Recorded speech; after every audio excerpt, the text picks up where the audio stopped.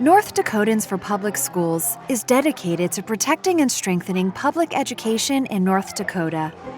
United by the belief that public schools are the cornerstone of our communities, North Dakotans for Public Schools fights against harmful policies like voucher schemes that divert resources away from public schools.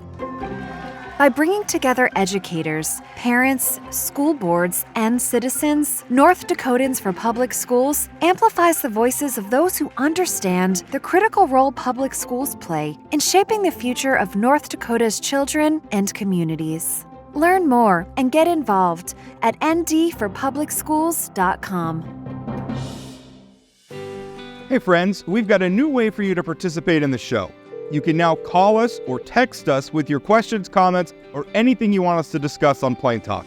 Just give us a call or shoot us a text message at 701-587-3141. That's 701-587-3141.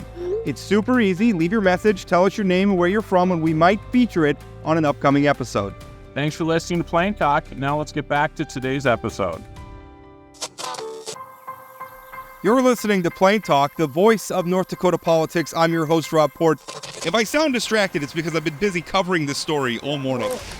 I'm joined by my co-host, Chad Oban. He's right of center, I'm left of center, both sides of the political spectrum. I think it's cathartic. I think it's a necessary and proper debate. I'm glad we're having it. And honestly, we have to do better. Okay, I don't know why I'm getting blamed for this, right?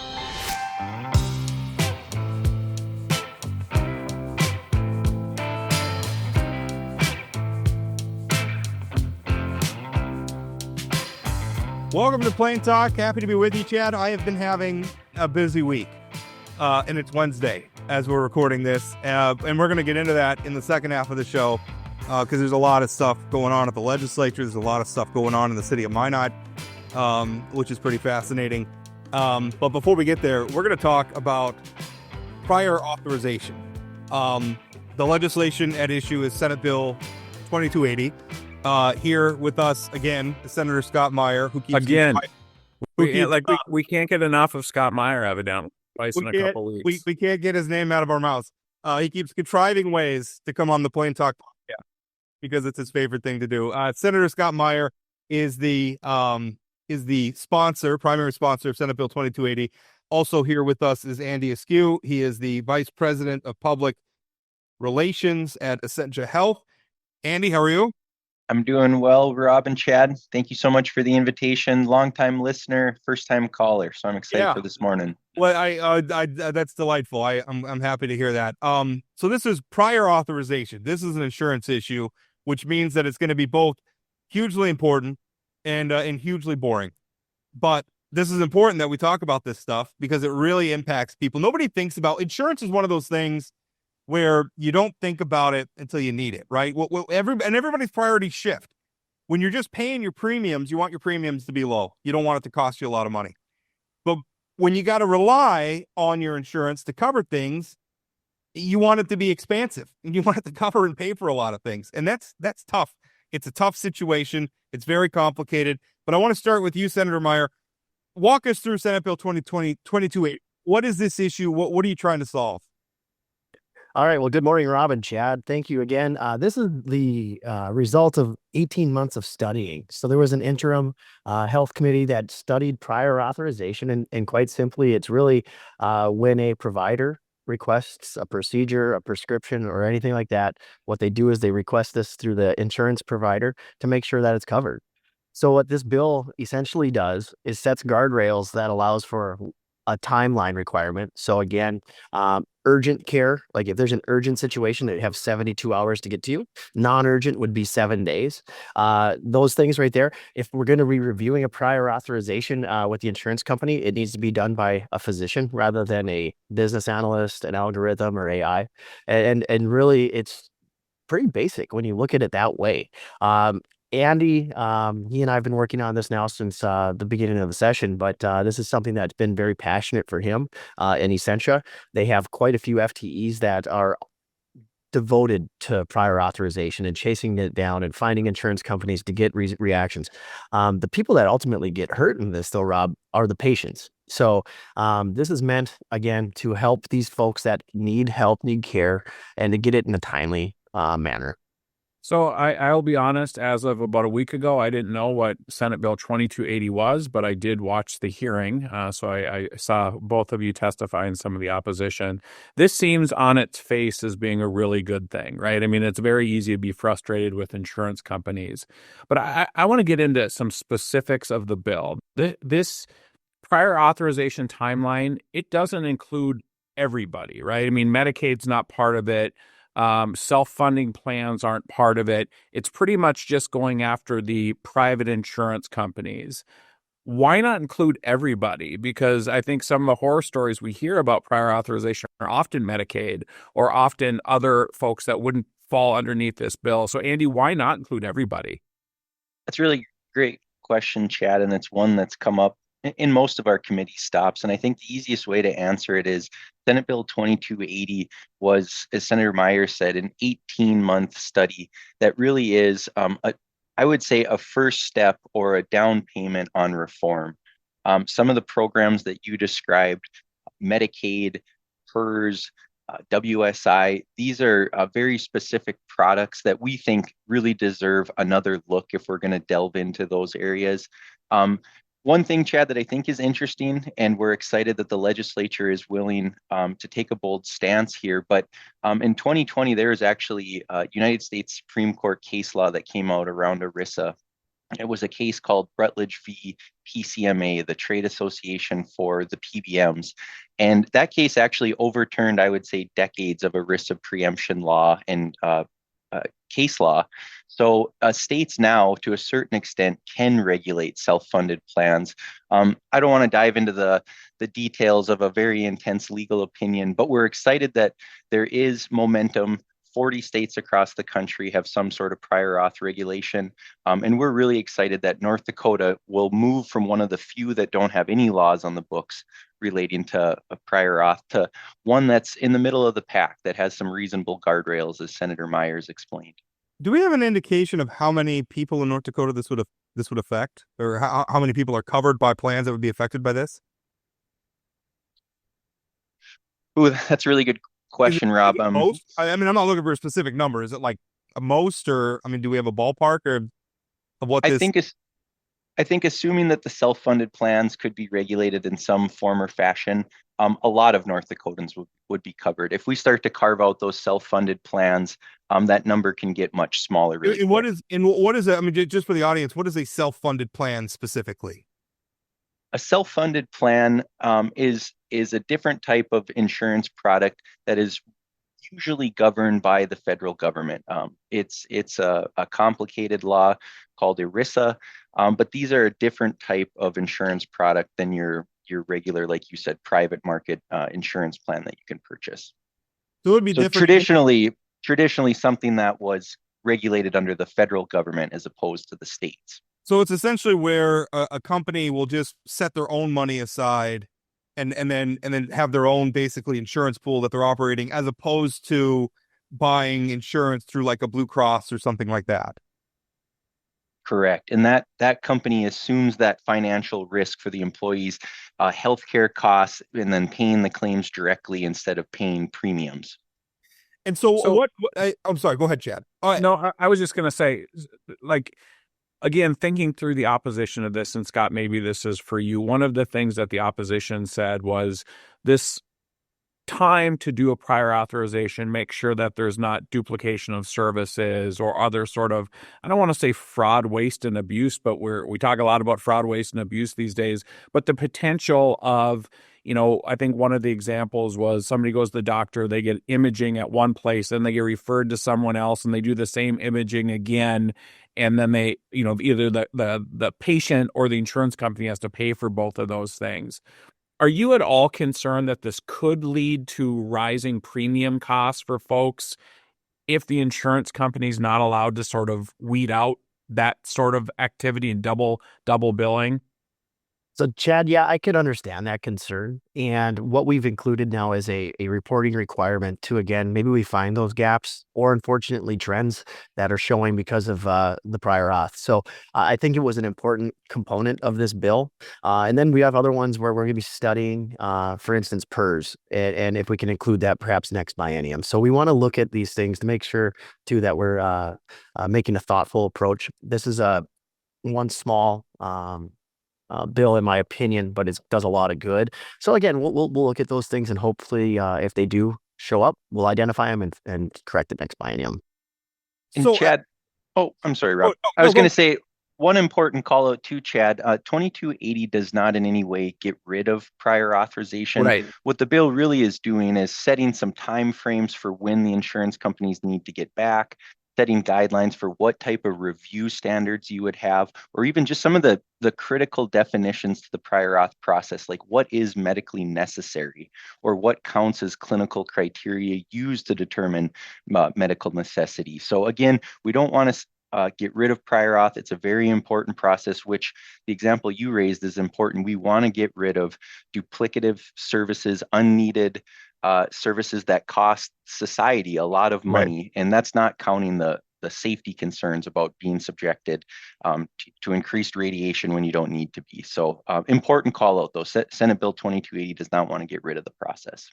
Well, and I guess that maybe leads into my question is what does this do? Because like I said, everybody wants their insurance to be cheap, but they also want their insurance to cover a lot of stuff. And there's tension obviously between those two positions.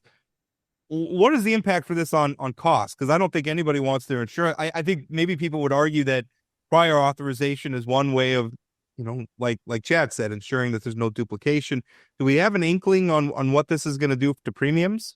So Rob, I haven't seen any data that supports the increase in costs, and I'd be more than willing to take a look at that from the opponents. But I do look at it the other side too. And for instance, Andy's company, Essentia, they have over 60 employees, 60 FTEs that specifically deal with chasing down prior auth. Word. Well, that comes at a cost too, right? So it obviously gets passed on to the patient and others. So I mean, I don't have any data that supports the opponent's side, but I think you could also make the case on the flip side of the coin. So is that true? Like, I mean, they're a feeling where, okay, I mean, maybe there's some, like, basically any additional costs are going to be offset by insurance companies saving some money just to not having to put as much effort into this. Is that what we're saying? Rob, like Senator Meyer said, we haven't seen any real data that would support that there's upfront savings due to prior auth. But what we do know is when you delay medically necessary care, care is more costly, health outcomes are worse, and that's where you really pay for it downstream. So what we want to do with Senate Bill 2280 is create a framework that ensures that patients are getting the right medically necessary care at the right time so that we can treat these chronic conditions or any type of condition on the front end and not have it get worse, more expensive, and really just worse health outcomes for that patient. I was trying to think about a real life example not related to healthcare, but if you had a hole in your roof, you'd want to hire a contractor to get up there and plug that roof. If you had to ask for permission to get that contractor over to look at it, wait 14, 21 days, say it's June or July, a big thunderstorm passes through. I mean, instead of patching a hole, now you're doing mold remediation. You might be ripping your whole roof off. So not a great example, but I do think it speaks to the value of proactive front end care versus trying to fix something after many weeks of delay. So there was an effort last session to do something on this concept that failed. I learned again from the committee that the insurance department was tasked with trying to bring folks together to find some sort of compromise. Then an interim committee looked at this through the whole interim, and here we are again. So why? I mean, it feels like this is something we can all agree there's a problem here, and we want to do right by the patients, right? I mean, no matter if you're the provider side or the insurance side. There's clearly been an effort to find some middle ground, but is there just folks aren't seeing eye to eye on this, or like, how do you get to a place where it works for the patient?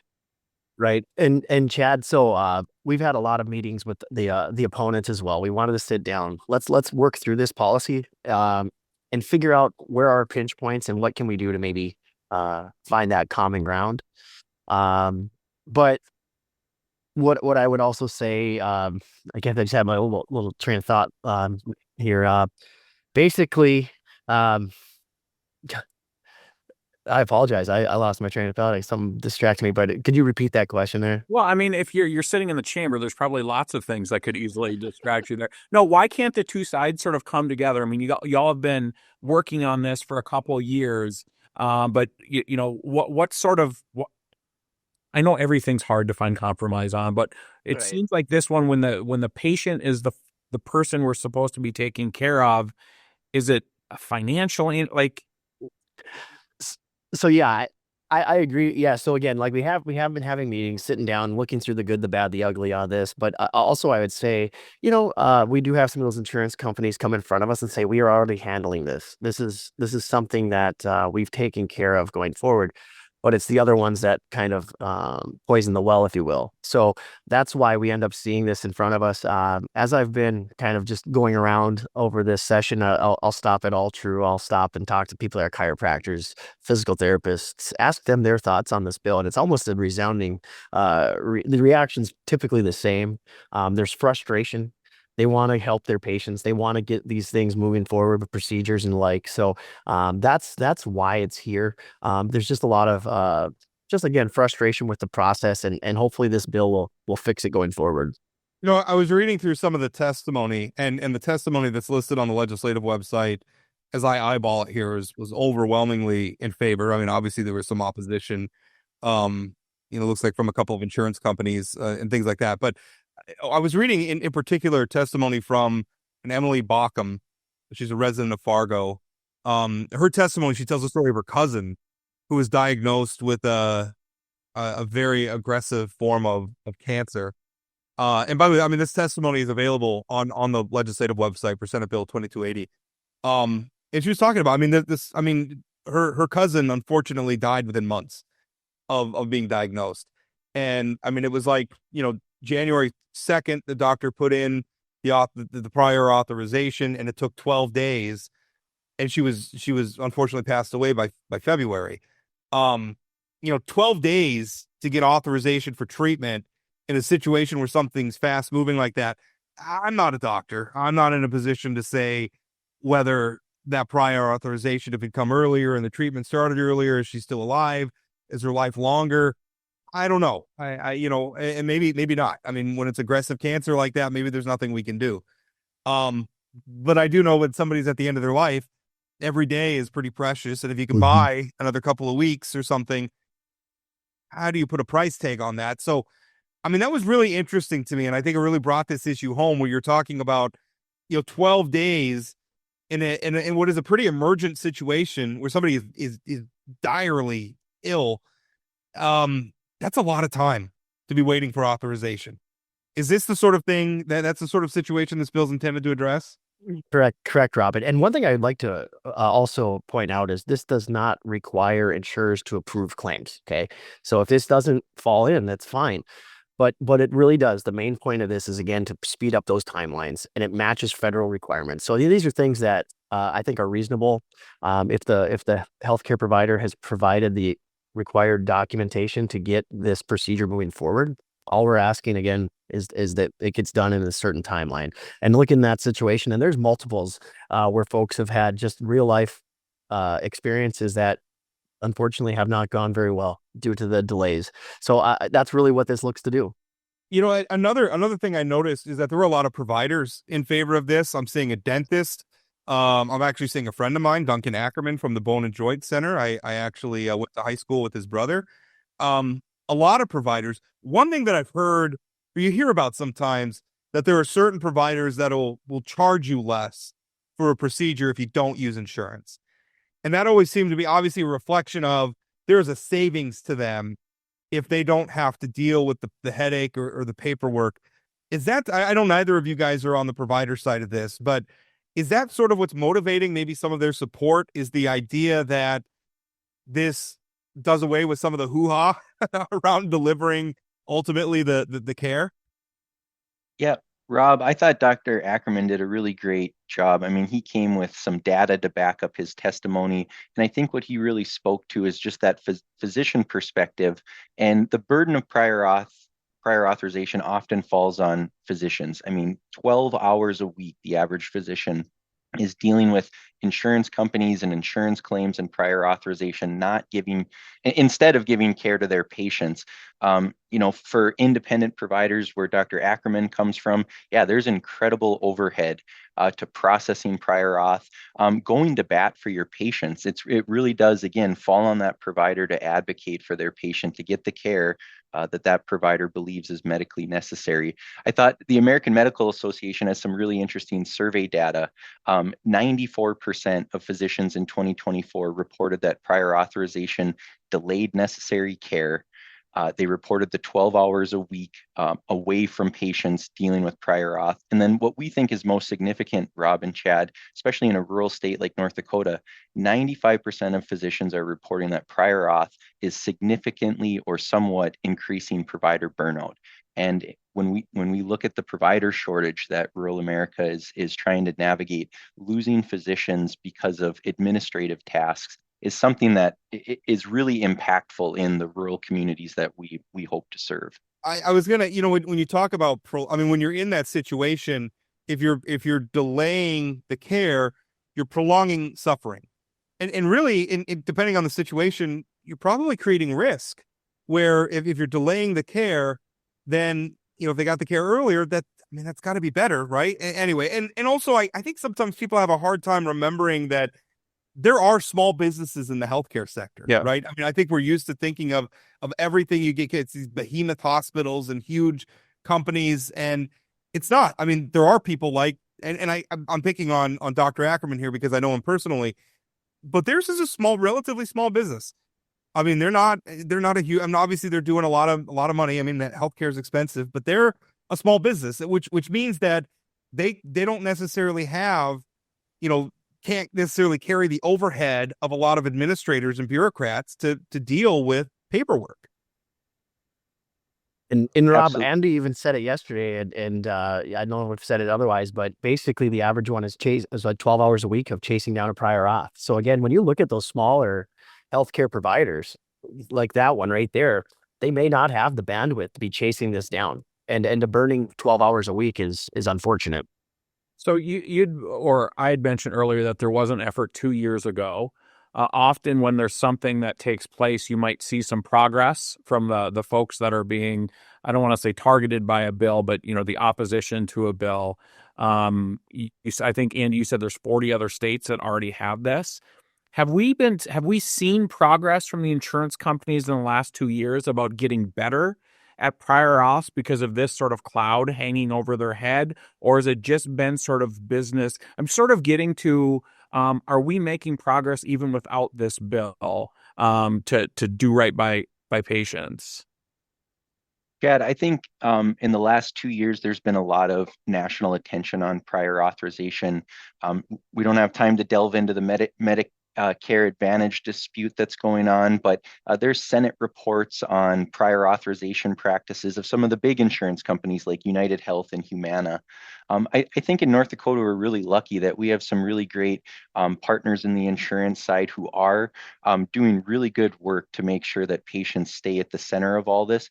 Unfortunately, without some oversight or some floor, those good actors, their competitors don't have to live up to those standards. And without a law, it's really aspirational. And again, that really creates the burden and the cost on patients and providers that we're speaking about today. So we would like to see some sort of oversight that makes sure that everybody's playing on the same level playing field. Two questions. I was just scrolling through the testimony. I didn't see anything, unless I'm missing something here. I didn't see anything from the insurance department. Do we know how our insurance commissioner feels about this? And also, secondly, what are the long-term plans? I mean, honestly, I know you guys want to get this ball over the end line, but is the long-term plan to extend this? I guess kind of piggybacking on Chad's question from the beginning of the interview, is the long-term plan looking at all insurance policies would fall under this in the future? or at least those in the private sector?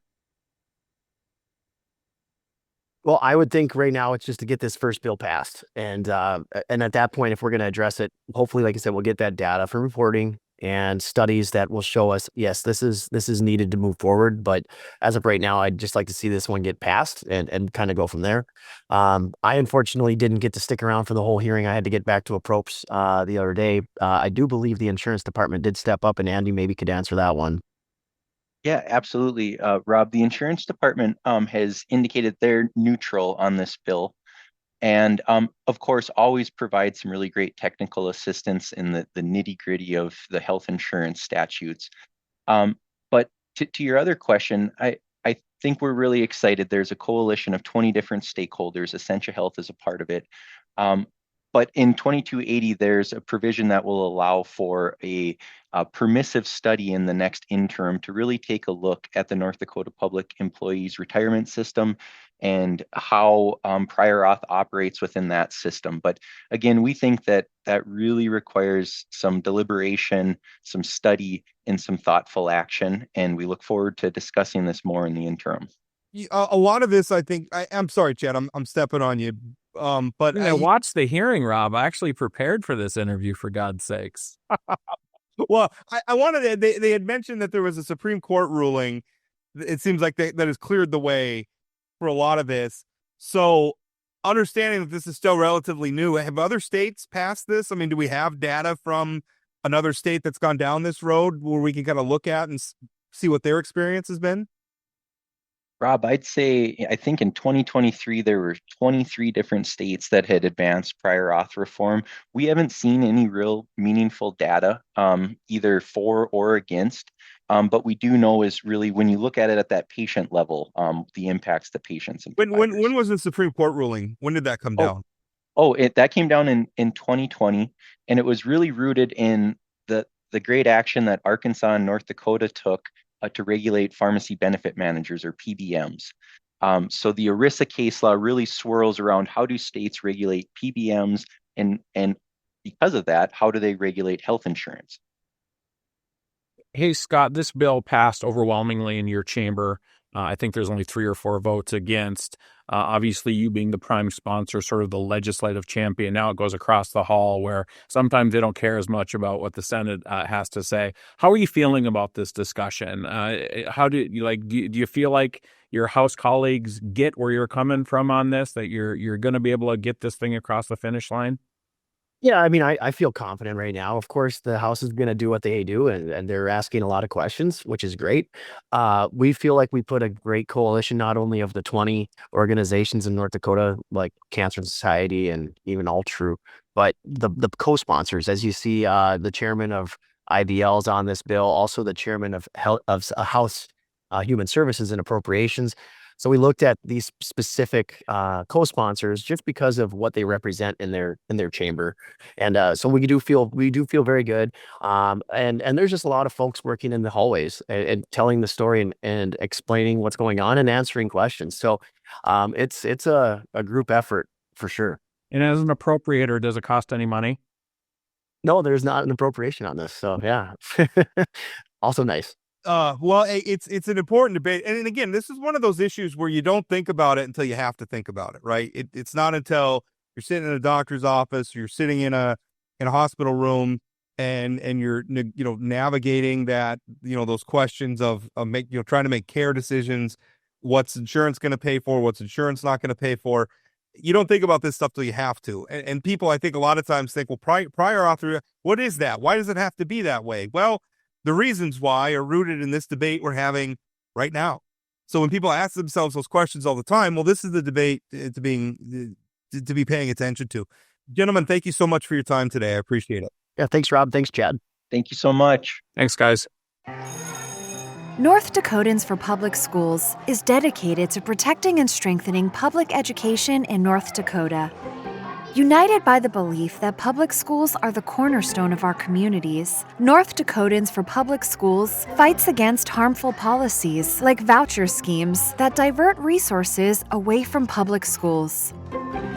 By bringing together educators, parents, school boards, and citizens, North Dakotans for Public Schools amplifies the voices of those who understand the critical role public schools play in shaping the future of North Dakota's children and communities. Learn more and get involved at ndforpublicschools.com.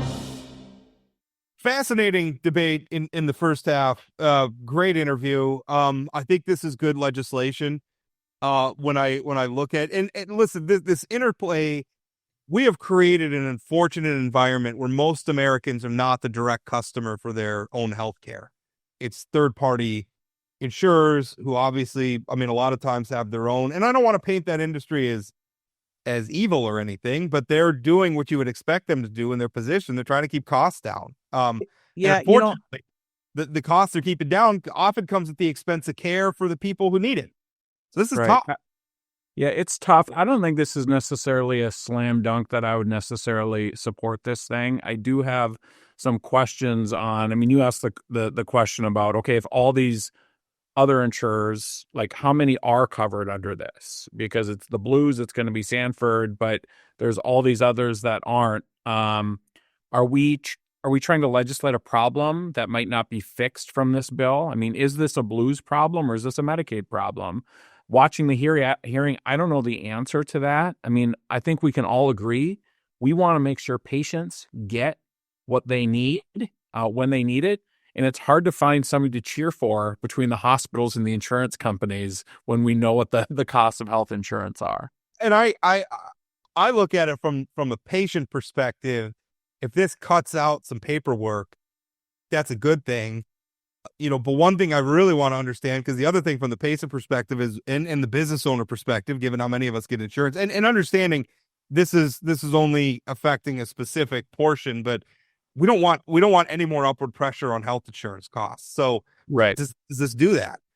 And I don't think we know the answer to that. I don't think we do. They said that they don't have any data showing that it's going to have an impact, but that doesn't mean it doesn't exist. And it's still so new. The Supreme Court ruling came down in 2020. States have only been implementing this the last few years. I wish we had more data, I guess, or could look at more experiences. What I will say is I think everybody who's involved in this conversation wants to do right by patients.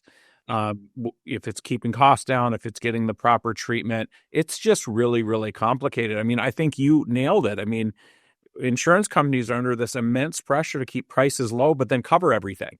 That doesn't work. And so how do you balance that? And I'm glad I'm not in charge of it.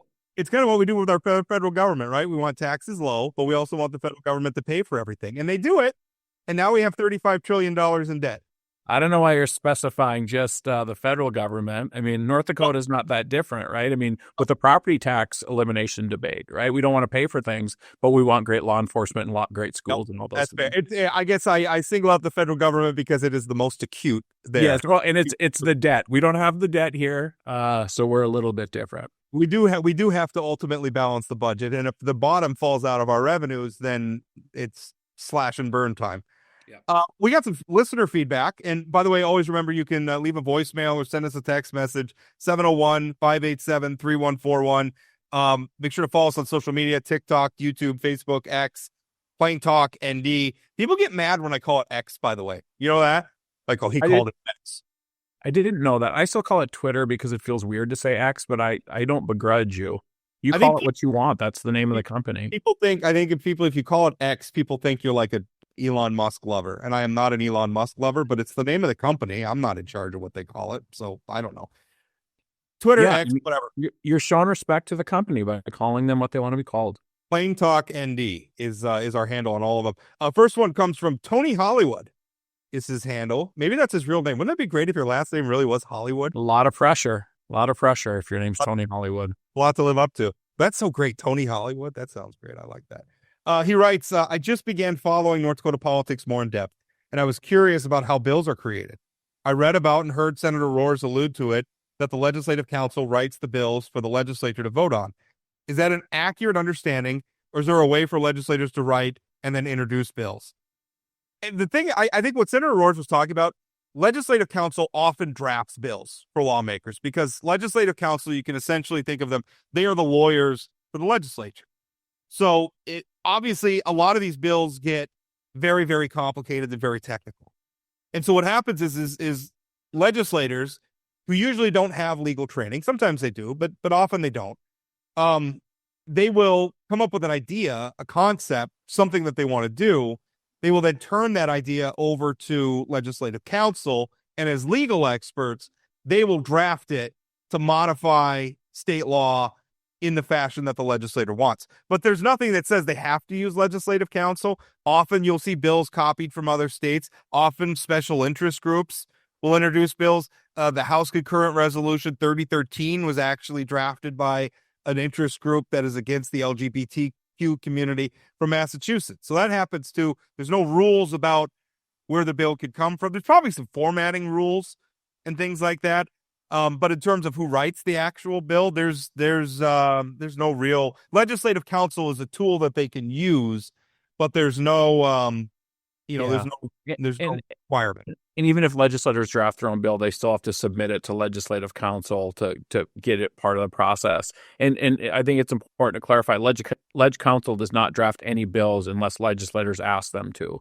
I just want to make it clear to Tony that it's not like the leg counsel is saying, hey, here's a bill that we think you should consider. Instead, it's always the legislators who are proactive. But I think it's important, since Tony's new to North Dakota politics, and this is thank you for starting to pay attention to North Dakota politics. North Dakota is also very unique because legislators can sponsor as many bills as they want, and every bill gets a legislative hearing, and every bill gets a vote on the floor. And so you've probably heard us talk some about how we can potentially make that process a little better and more streamlined moving forward. But we do have a very unique process here in North Dakota that every idea that pops into a legislator's head can be put into a bill. They get a hearing and they get a vote on the floor. That's and there's both good and bad with that. One other thing, just if we're being technical here, there are such a thing as agency bills as well that don't necessarily originate with lawmakers themselves. That's kind of a unique thing. You usually don't see, and there are people who don't like it, kind of making a separation of powers. Why is the executive branch introducing bills and the legislative branch? You hear that sometimes. It's never really gone. I think most lawmakers find it convenient. If an agency has an idea that they want to put forward, I think most legislators are happy to put it in the hopper and put it through the process. Yeah, and if not, even if they couldn't put in an agency bill, it'd be easy enough to find a legislator to put it in. So this probably just streamlines it by letting them do it directly. Yeah. The other one, Andrew from Minot messages, says, thank you, Plain Talk, for being a great North Dakota focused podcast. You're welcome, Andrew.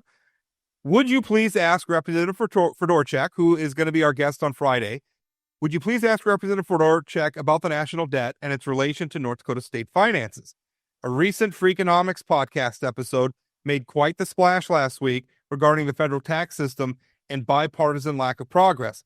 Thanks for the excellent show, Andrew from Minot. I don't actually know about that Freakonomics podcast, so I guess I don't know what specific point they were making.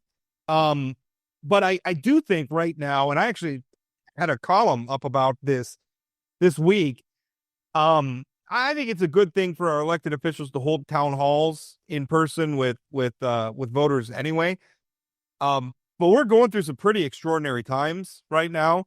We're doing a lot of things in ways that we don't usually do them. And listen, whether you like Elon Musk or hate him, you like Doge, you hate Doge, you voted for Trump, you voted against Trump, wherever you're at on that spectrum, I think right now it's such an extraordinary moment. I think our elected officials owe some extraordinary efforts to explain. So I know there's been a push for town halls. I think they ought to do them. The one thing I would say is I don't want theatrical town halls. I don't want them to be shout fests. I don't want to see our delegation, sitting in a room surrounded by a bunch of people who are just waving signs and not listening. I want a venue where people can ask questions and get answers. And that's it. I worry that once you get to the point where people are begging for their elected officials to have town halls, that it's harder to avoid that situation you just laid out because people are sort of frustrated. I do think that, and we'll talk to Representative Fedorchak about this on Friday, but I do get concerned with the federal stuff and the Doge stuff. And you and I have talked about this, that I think we could both probably agree on some cuts the feds should do, but just sort of this haphazard cut 50% of this department, 50% of this department, or isn't the best way to do it. But I continue to be really, really concerned about this, the Doge work, the national debt, all these different things, and how dependent North Dakota is on federal dollars. You know, 25 to 33% of our state budget comes from federal dollars. Are we prepared for a scenario if all that money gets cut or half that money gets cut? Are our farmers ready for a farm bill that, you know, potentially removes some of the safety nets? I mean, we're a taker state. And so I think that when we start talking about cut at the federal level, that's going to hurt a little bit more here. And then not to mention, you had a column about the Moody's report for the state budget and how tariffs are fitting into all of this. I mean, there's just a lot of stuff happening at the federal level that are going to affect the state budget and its citizens here in North Dakota a lot. When I think about, I mean, listen, I used to manage a business here in Minot that relied, I don't want to say relied on, but a significant portion of our bottom line came from Canadian customers who were down. Now, granted, this was years ago, and I realized some of that ebbs and flows with exchange rates and things like that. But, you know, Canadian tourism, Canadian shopping have always been very important in North Dakota. And just some of the, I mean, listen, we can have a good faith debate about tariffs as policy and everything else. I'm just wondering about some of the childishness of you know, telling our Canadian friends that they're no better than to just be another American state and things like that. It's disrespectful and it's stupid. And I think it injects, I don't know what you want to call it, vehemence, anger into a situation that's already complex and difficult. Why would you know, I want to really hear from Representative Fedorchak. I don't want to say in particular, but she's such an even-handed person, right? I mean, she's very thoughtful and very quiet, and just I want to hear, because I think Republicans like her are in a terrible spot right now. The political environment is, you speak out against Trump, you get whacked, you get hit pretty hard with criticism.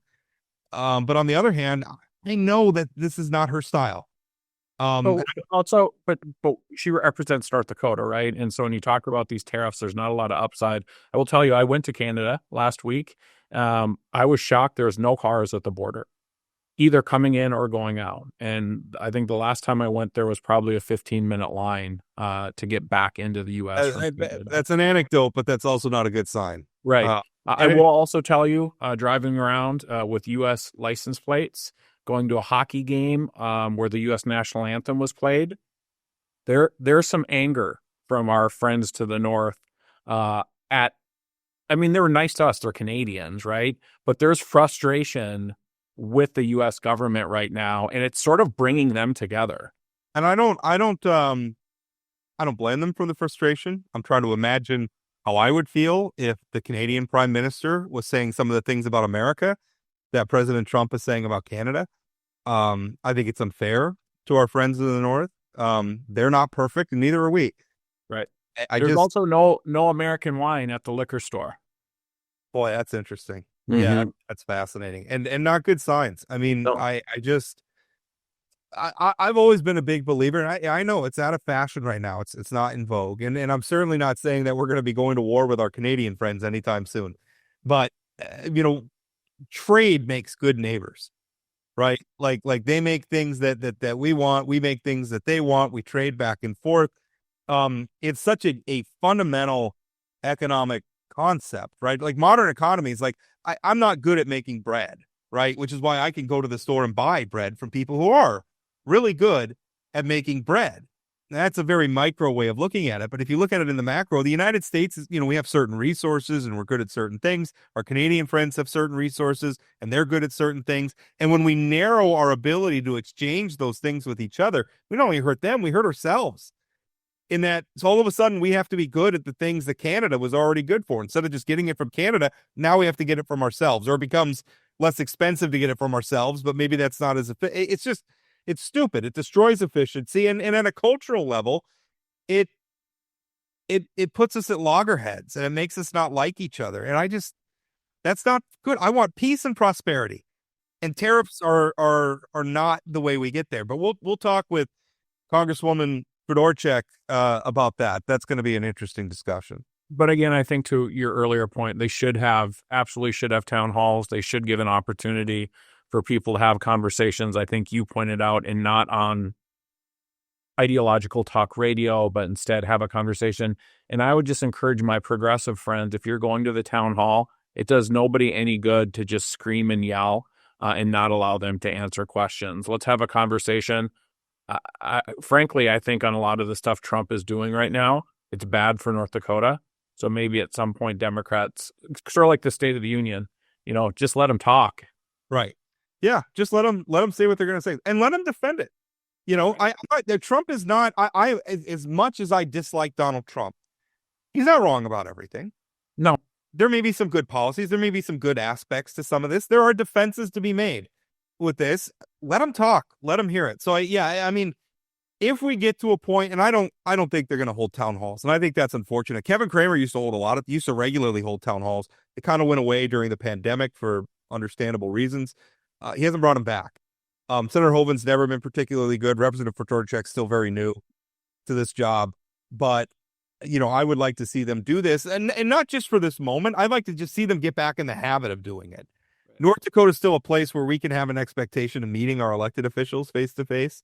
It's harder. If you're a senator in California and you have, I don't know how many tens of millions of people live in California, meeting people face to face is not a good. We can still do that. It's one of the luxuries we have as North Dakotans. So please get out there. And I would also say North Dakota legislators do that far less than they used to. I mean, there's a time where every Saturday in every major community, there's legislative forums. We still do it here in Minot. I think the local chamber hosts a, where they all get in a room and people stand up and ask questions, and they kind of, they give little spiels about what they're working on down in Bismarck. It's great. It's fantastic. Yeah. Glad they do it. I wish they would do that in Bismarck. And I know some legislators say, well, the Capitol's in Bismarck. If people want to come and talk to me, they can talk to me at the Capitol. Except for people have jobs. I mean, that makes it problematic.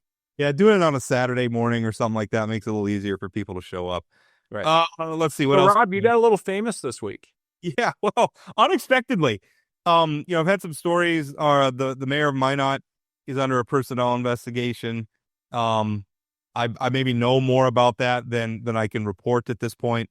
But it's not a good situation. And then in addition to that, we've had kind of a long running problem with our police department. And if I could give some backstory, I was pursuing, it started with Chief Kluge, where there were some complaints about his performance or whatever. That investigation uncovered another matter involving a lieutenant at the police department. Now, this lieutenant ended up taking his own life back in January on police department property. We just finally got the report to what was going on with him. It turns out he was accused of molesting a young girl in Idaho and Montana. He had been under investigation by officials from Idaho and Montana. Regarding that, the report also found some other things. He had been accessing adult websites from department computers. He'd been having an affair with a subordinate. He was a lieutenant. He was the subordinate with a sergeant. And it turned out that the sergeant was also a detective, and the detective just happened to be working on the Nicole Rice case. She is currently on trial. They moved the trial from Minot to Grand Forks for the murder of Anita Knutson, who was a Minot State University student who disappeared in 2007. She's currently on trial. Where it became interesting to me, I filed an open records request for this McLeod report. I got it. It appears as though my open records request may have prompted that report being sent to prosecutors, who in turn had to disclose it to the defense because of something called, and my true crime fans might understand this, it's called Giglio or Brady, which is essentially where the prosecutors have a responsibility to turn over information that is helpful to the defense. Now, sometimes this is exculpatory evidence. Sometimes this is information about witnesses. Obviously, the detective in a murder case is going to be a witness. And if there's evidence that this detective that you can, raise questions about their character, this is it. What the report that I obtained showed was that this detective, during her affair with her superior, she was in receipt of information. She was told by her superior to delete certain things. She was told by her superior to lie about certain things. And this becomes a problem, obviously, now this is all what's alleged in the report.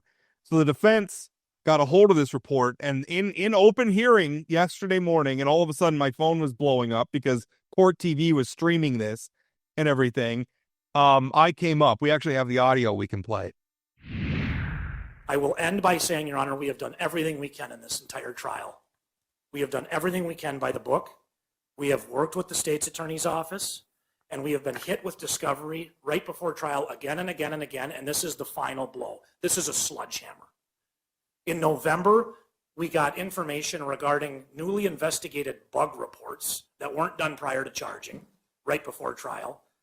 In February, we got hit with another discovery bomb when my brother was sitting there doing the hearing, when the court closed discovery, I believe on March 4th. Then we get this interview on Friday. Now we get this investigative report that is an absolute bombshell, and I have never seen anything like it, at 7:09 a.m. on Monday, the week of trial, the day of trial. I have not been able to go through it in the depth I would like to. We were racing to get this done yesterday. And like I said, Your Honor, I'm absolutely appalled. I've seen nothing like this in my life in practicing law. I'm sitting here as we're doing jury selection, watching the news come down, front page, front page, front page, from Rob Port on this FOIA request. My guess is this report's about to go national, and it's not because of me. And I'm concerned about what other disclosures are out there. We got this because Rob Port did a FOIA request, and thank God he did it just in time.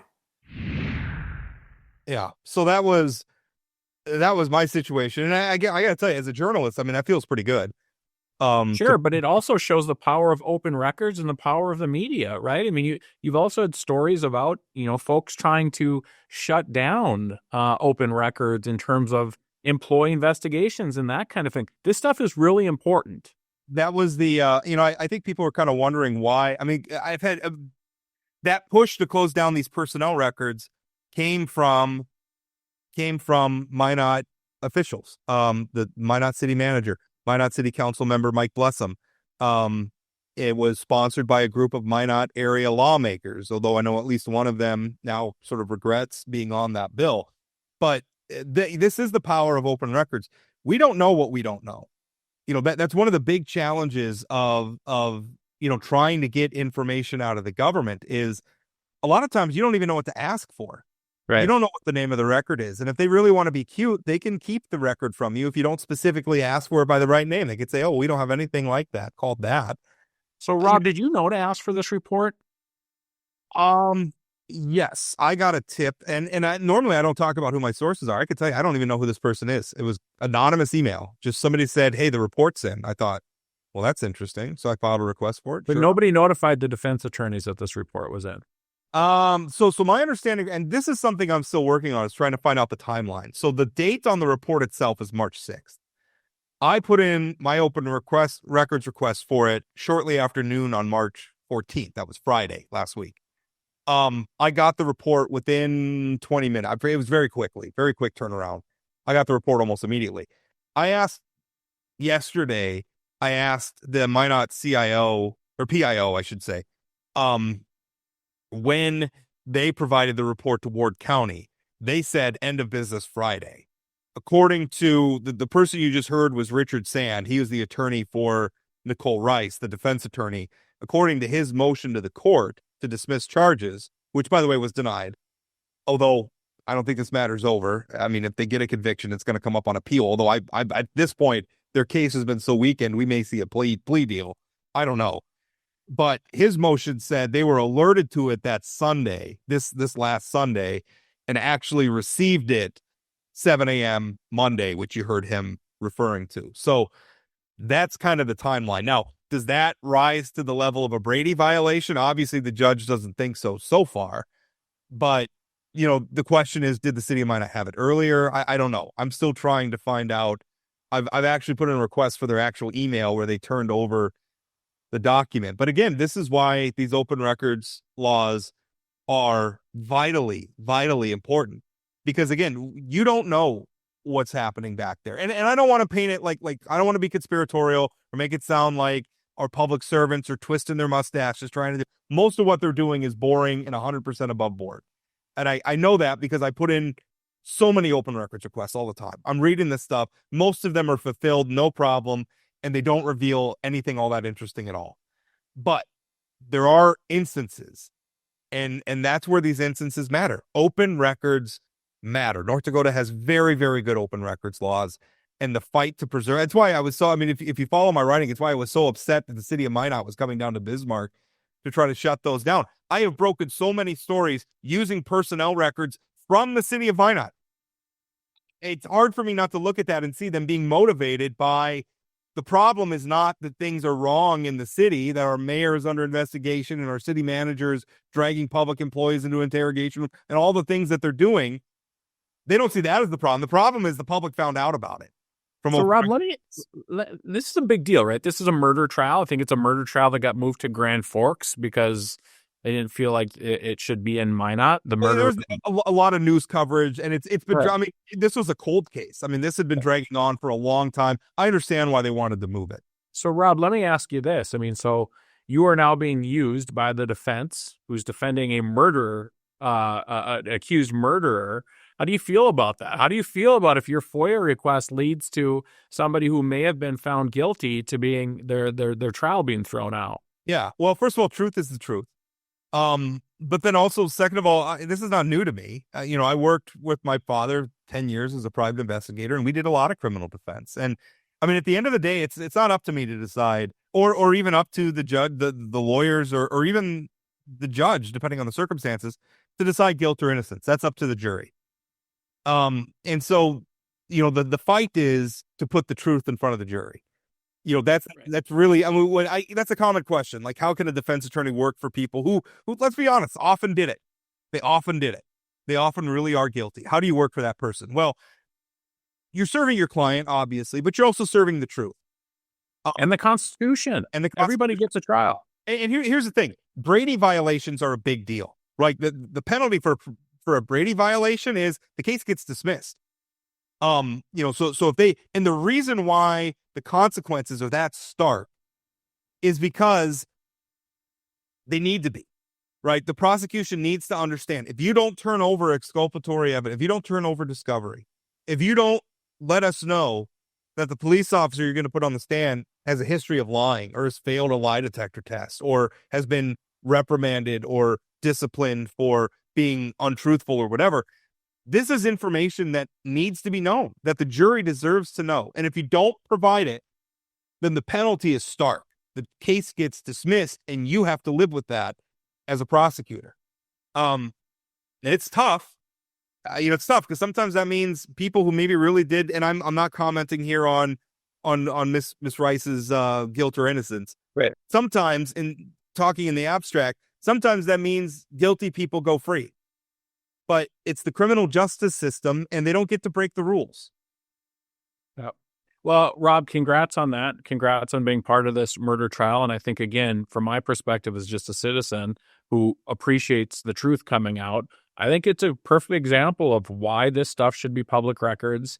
And we should have this expectations from our public officials. Well, and it also shows like how much of this job just isn't planned. I think sometimes people think like Port's plotting things or whatever. I'm not. I'm just pursuing things I'm interesting, and then I fall over backwards into something like this. I didn't know this was where this was going to lead, but it did. I couldn't help but think about, I probably used to think that Port had all these conspiracy theories and he was like doing all this stuff. And then we started doing this podcast. And Rob, how did we decide what we're going to talk about in the second half of this podcast? We said, here's 3 things. Let's go. Yeah. We had a 30 and we just kind of let the conversation go where it goes. You barely even plan a podcast, let alone, the you overturning the world.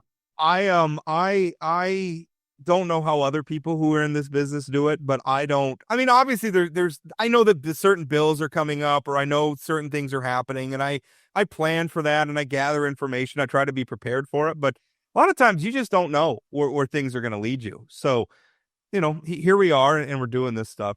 Let's Hey Rob, can I bring up something else that was on the news in the last 48 hours? Yeah. There's a state senator in Minnesota who recently I brought shouldn't.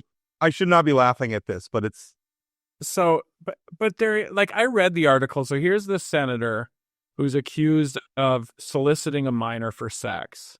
And it right. turns out he's the same senator who moved forward a bill that would designate Trump derangement syndrome as a mental illness. Rob, I believe you've been accused of having Trump derangement in the past. And this made national news that he was trying to get this designation as a mental health thing. And then just a few days later, he's arrested for trying to solicit a minor. You can't make this stuff up.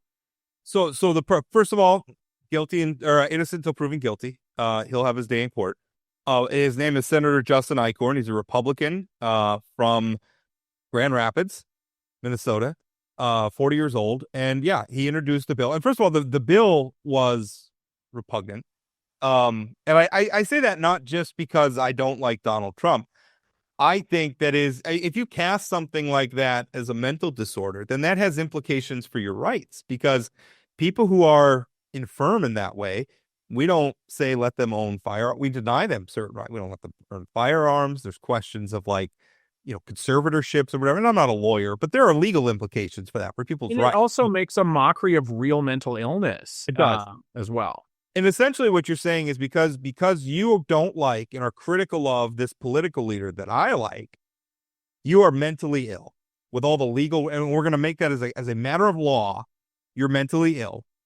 And then there's all sorts of ramifications. That is chilling and disgusting and fundamentally un-American. We live in a country where we moved away from the idea of people who are monarchs, who have divine rights, or who are above public criticism. The president of the United States is a citizen just like the rest of us and can be criticized just like the rest of us. And our First Amendment rights guarantee our ability to criticize that person without reprisal. And this is a reprisal. So it's disgusting to begin with. The fact that he got arrested.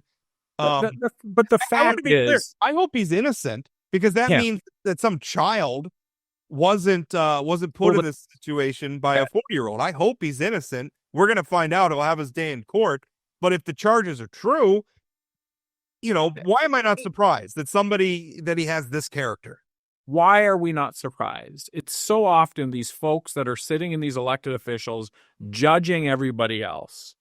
Well, this guy's allegedly going and soliciting minors for sex, right? I mean, if you're a Democrat, you've got this Trump derangement, all these different judgments. I haven't looked into this guy, but based on the fact he sponsored this Trump derangement bill, I'm guessing he has lots of judgmental opinions of a lot of different communities while he's out allegedly doing this. Pretty disgusting stuff. Really is. It really is. Although, I mean, history keeps proving that true. I mean, how often? I mean, the televangelist who is, railing about marriage and everything, who is having all sorts of affairs on the side, or is maybe bisexual or what have you. It happens so often. It's a cliche. Matt Schlapp from the Conservative Union, super conservative, and has been accused of sexually harassing male staff people. Or look at somebody like Harvey Weinstein, who was a paragon of progressive politics, and oh so sensitive to women's rights issues and everything, was behind the scenes raping women, brutalizing women. Yeah. So this hypocrisy is, unfortunately, it seems like some of the people who are the loudest and most judgmental and sanctimonious about these things, there's usually something unseemly behind. I believe there's a saying about people protesting too much on certain things that I feel like that sometimes comes up. Yeah, that's Shakespeare. Let's see. Never heard of him. Shakespeare? Yeah, Shakespeare. Hey, speaking of Shakespeare, his books are in libraries. Yeah. And just yesterday, the House Judiciary Committee voted 12-1 to make it easier to arrest librarians. Yeah. Isn't that super duper? Senator Boehm had the gumption to stand before the House Judiciary Committee and said that this isn't about attacking teachers and librarians. That is a lie. I don't know how you can carry on as though our librarians and teachers are delivering pornography to children and say you're not attacking them, for crying out loud. And yeah, I mean, Shakespeare wrote some steamy sonnets, man. You'd be surprised. He wrote some steamy plays. That's why they're so good, right? Sex and violence and the whole spectrum of the human experience. That's why we're still reading these plays, however many centuries later. Those plays and sonnets and everything would have to be locked up from children. Well, and for him to stand up before that committee and say this isn't about attacking librarians and teachers, after he stood up on the Senate floor and basically said teachers and librarians are grooming and doing these things, that Sean Cleary had to stand up and say, no, they didn't. No, they didn't. Yeah. Senator Cleary felt he needed to stand up and defend them. And good on Senator Cleary for doing so. But 13-1 or 12-1 on a committee. Well, 12-1 with one not voting. The good news is there is now an appropriation on the bill, so it's going to go a fiscal note on the bill, so it will go to appropriations. $1.2 million to implement this thing. I think over the two bienniums, it was $2 million. Yep, $2 million. Yep. Close to $2 million total. And I think that's a low ball, because if you look at the fiscal note, it's really just the university system talking about the Odin network, which I don't know if you know what that is, but it's basically North Dakota purchases digital products for libraries as a state, and then all of the libraries kind of share them. So like ebooks or you could get certain, like they have some of the great courses stuff, Hoopla.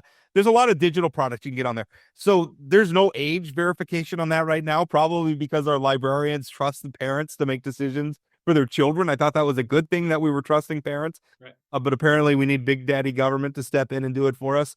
And here's the irony. House Education this morning was working on the fundamental parental rights bill that would allow parents to have fundamental rights over every aspect of their child's life, because evidently that's missing. The other thing about this judiciary on the librarians bill is listening to I don't know if you went back and watched the committee work, but like there was questions about why is this any different than what we passed last session? They didn't even know what they were passing. They didn't even know how it was any different from previous bills, and it was not the finest moment. People like Senator Bain hate the fact that kids might learn that gay people exist. I mean, at the end of the day, when they're talking about it, I thought it was so funny. One of his quotes was about small numbers of activists who are pushing their agenda. And it's like, you could be talking about yourselves. Yeah. Time to look in the mirror, Senator. I don't think most North Dakotans have a problem with this. I don't think most North Dakotans perceive their school library or their public library as some den of iniquity where children are being exposed to pornography. You are upset because the gay community exists. And you're upset about some books that were designed for teenagers, LGBTQ teenagers, who are grappling with their sexuality, and explains to them, in admittedly some pretty explicit ways. But why not? Why are we so afraid of teaching children about themselves and helping those children? And by the way, maybe helping them so they don't end up killing themselves, right, which happens with shocking and appalling regularity because we treat them like outcasts. I keep connecting dots here, but there's also a bill that's going through the legislature right now that would essentially ban the North Dakota Youth Risk Survey, where we find out how many people are thinking about killing themselves and doing things like that, using that data to make good policy decisions. And there's a handful of activists who don't think we should be asking kids if they're smoking cigarettes, if they're drinking booze, if they're engaging in a sexual activity, if they've had suicidal thoughts and all these different things. Some of the legislature gets their way, and it already passed one of the chambers. That data will no longer be collected. And then I guess we just won't have a problem anymore, right? That the data doesn't show. Of course. Or we'll start legislating so inefficiently that whatever legislators see on Facebook that's a problem, we'll just put funding into that rather than having actual data to fund our decisions. Yeah. It's amazing and disappointing. Do you think that bill passes? I'm asking the question. And by the way, Bain's bill passed the House last session. It was Governor Burgum, before he became a sort of mega world sycophant, vetoed the bill. So do I think that the library bill will pass? Yeah. Is that what you're asking? House. Well, yesterday morning I said absolutely not. And then it passed the committee 12-1 with one person absent. I still think the appropriations process will take this thing down. I mean, there's a shortage of money. You can't justify spending $2 million on something like this. And frankly, a great deal more. Because if you've been to our libraries, they're just big rooms. And if you tell them, build some walls, this very broad definition of sexual. I mean, either we're going to have to ban kids from most of the library, or they're going to have to do some serious remodeling.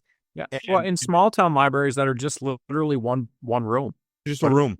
Yeah. Like the kids section's over in that corner, and they got some bean bags or something, and then the grown up sections elsewhere. And I just the idea that like a kid can't be in the same room with Henry Miller's Tropic of Cancer is and again, the same legislators who want parents to have fundamental rights don't trust parents to monitor what their kids are reading at the public library. My kids are in the same room with Henry Miller's Tropic of Cancer every time they walk into my living room. Yeah. I have all sorts of books that they're not ready to read yet. Maybe one day they'll read them one day, maybe when they're adults, but they're not going to read them now. But it's not a threat. It's just sitting there.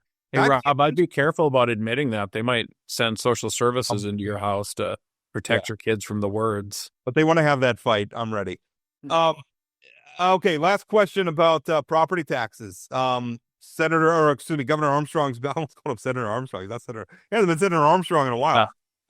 Governor Armstrong, his property tax bill moving out of the policy committee unanimously and with alacrity, and is now before the appropriations committee. I think that's where things are going to get a little interesting, because the Senate Majority Leader David Hogue is very much, we had a Senator Paul Thomas on the show who was very much arguing for spreading some of the relief out. And Chad, it was really interesting because he was even down to saying, well, you don't even have to fund it. He was advocating for putting Representative Lauser's mechanism for buying down school mills or buying out school mills. And then, that helps ag, that helps business. They want to spread some of the relief around. He was saying just bolt that on to the Armstrong bill, and then you don't even have to fund it. Just put the mechanism in place, was his argument. But Senator Hogue has been making some statements where, he very much wants to go down. And what worries me is the Senate starts playing with the bill. That opens the door to more debate again in the House, because the House has to approve the changes, and this whole thing gets derailed. So here's what I know. Kelly Armstrong is going to sign Kelly Armstrong's property tax bill. That's what I know. That is going to be the vehicle that Kelly Armstrong is going to sign. For all the talk about Senate finance and tax is going to be the place where they work out all these details. Clearly, they've decided appropriations is going to work out. They rubber stamp it, which is surprising, because Senator Mark Weber, who we had on the show, is very much, and the thing is, I don't want to be dismissive of their concerns about them. I think perfectly valid. They are making reasonable points. Yeah, but go ahead. You go. Well, my concern from the beginning of this, I really want two things from this. I want an ironclad cap, and I want it to be enough. I want it to be enough relief so when people open up their property tax bills, they got some sticker shock and say, okay, we're over the hump, and then that takes the wind out of the sails of another measure. Couldn't you see something like them fast tracking the Armstrong bill, and maybe Hogue get some of his amendments, get that to the governor, have him sign it, and then use Lauser's bill as the vehicle to sort of work out some of the details? I mean, they don't have to be in the same bill, right? I mean, it's whichever bill passes last supersedes the one. So there could be still work, but at some point, I think the Republicans want to pass property tax sooner rather than later, so they can start saying, look, we've already passed property taxes. They also have to figure out how much money they're going to spend on property taxes in order to determine how much money they have to fund other things in this budget.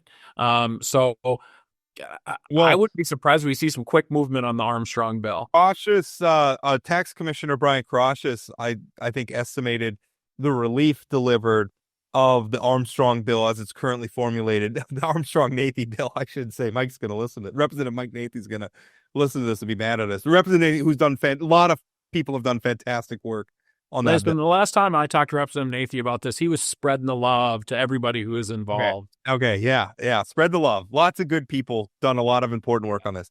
But he was taught like north of $500 million, which is great. Like in terms of North Dakotans receiving that relief on their property tax bills, that's fantastic. That's also a big number. Unless we lose a third of our funding from the feds, and then what happens? I think it's smart. I think it's smart to get the property tax bill so that we could pin that one and say, okay, we have that one done. This is what's left. I don't know that it's smart, but it's what they have to do, right? I mean, if this is their priority. Why would it be smart? Well, I suppose it is smart because but you have to pass your priority first and then figure out what's left in the budget after that. I mean, Right. I would lower that number a little bit. I want people to feel the relief, but $500 million is a lot of money, especially when there's so much economic uncertainty around the country and from the feds. Yeah. I mean, it really is, but They got to get it done. I mean, but there's also a political vector here where if it's not enough, who knows what sort of stupidity we're going to get up to at the ballot. I think we're going to have another measure 4 regardless of what gets passed. Right, but the question is how much what is their constituency, right? Right. And if there's enough relief, they won't have a I mean, anybody can do anything, right? Anybody can start any ballot measure campaign they want. It's the only thing that makes Rick Becker relevant. Right. And so Armstrong, if we pass the Armstrong bill, the legislature passes the Armstrong bill, and then they try to collect the signatures, who's going to sign this thing or who's going to vote for this thing when your taxes just went down $1,500? I'm also not convinced that we're not going to see Rick Becker on the ballot again. I mean, he said he's not going to, but he's going to do. Have you ever watched like an old James Brown concert where like, the band's playing and like he does the thing, they put the cape on him and he's going, I was like, oh, I'm so tired. I can't dance anymore. And then the music picks up and he comes out. That's what Rick Becker's going to do, right? Like he's got the cape on. He's cowering over on the corner. Oh, I can't go on. I can't do it anymore. And then what's going to happen is he's going to be like, oh, but the people need me. The people want me. I'm going to come, he's going to tear the cape off and he's going to start dancing again. That's going to be Rick Becker. He cannot help himself. Rob, I think this is a perfect place to put a pin in this show so people are left with the visual of Rick Becker pulling off the cape and dancing into my tortured metaphor. Yeah. All right. We'll put a pin in it there. Thank you so much for listening. Congresswoman Fedorchak coming up on Friday. That's going to be great. And I hope I have an enormous amount of respect for Representative Fedorchak's integrity. I think she was a fine public servant as a public service commissioner. I think she's in a situation in Washington where she's in a terrible place. And it's going to be a really interesting interview with her. Rob, she chose to be in the terrible place. She did. I'm not saying she didn't, but it's unfortunate that we reward theatrics now instead of just good, boring public service. But anyway, We'll get into that on Friday. Thanks for listening. We'll talk again. That's it for today on Plain Talk, the voice of North Dakota politics. Plain Talk is a production of Forum Communications Company. Got a question, comment, or suggestion? Leave us a voicemail or send us a text message at 701-587-3141. That's 701-587-3141. If you haven't subscribed to Plain Talk yet, you can find us on YouTube or your favorite podcast platform like Spotify or Apple Podcasts. For those of you who are already hooked, give us a rating or review. And don't forget to share or tell a friend. Special thanks to my co-host Chad Oban, and from myself and everyone at Plain Talk, thanks for listening.